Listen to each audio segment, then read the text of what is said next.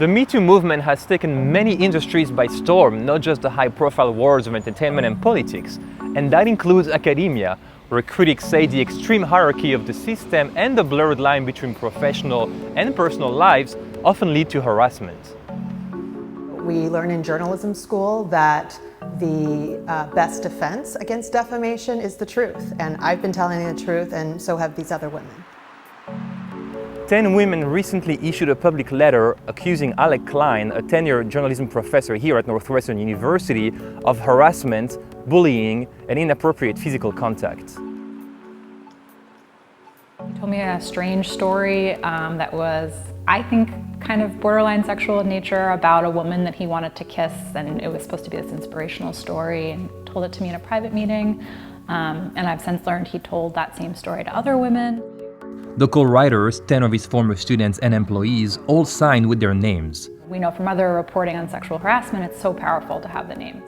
The letter says Klein's alleged predatory behavior has been an open secret on campus for years and demands the university holds Klein accountable for his alleged misconduct.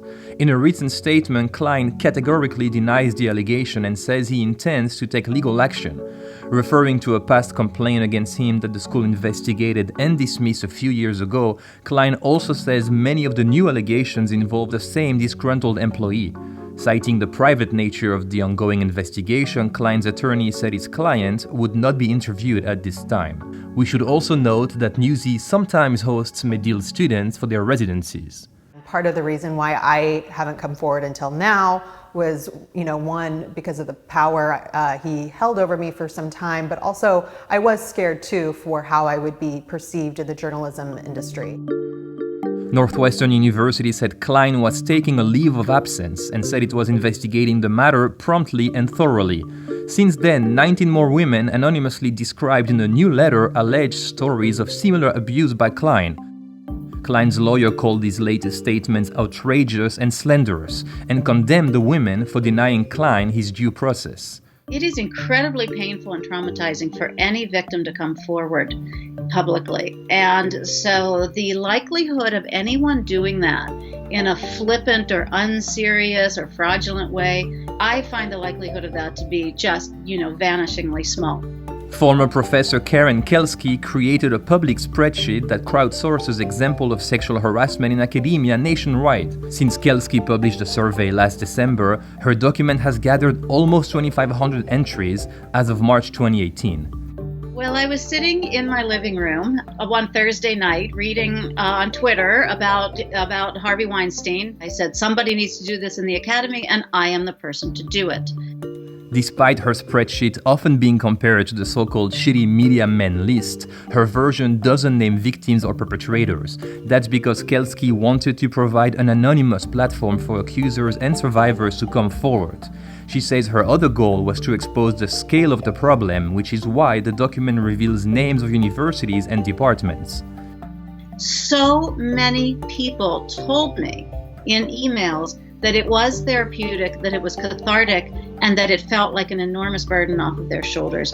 That is what my goal was. That's a different goal than exposing predators. And I hope that we get to expose more predators, but this was the step I felt was urgent to take right now.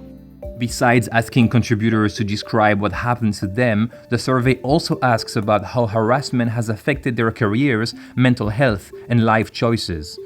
Do we not have a cure for cancer? Because the woman who would have found it was hounded out of her lab, who never even got to finish her PhD, lost her funding.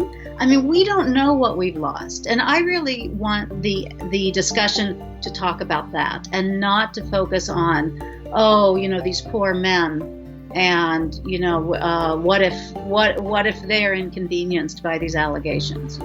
Part of the solution, Kelsky says, lies in hiring more women and confronting the matter more openly and more transparently. Make sure that nobody can claim plausible deniability in terms of knowing what the policies are. Make sure that victims, potential victims, make sure that they're aware of their rights and feel supported before something ever happens.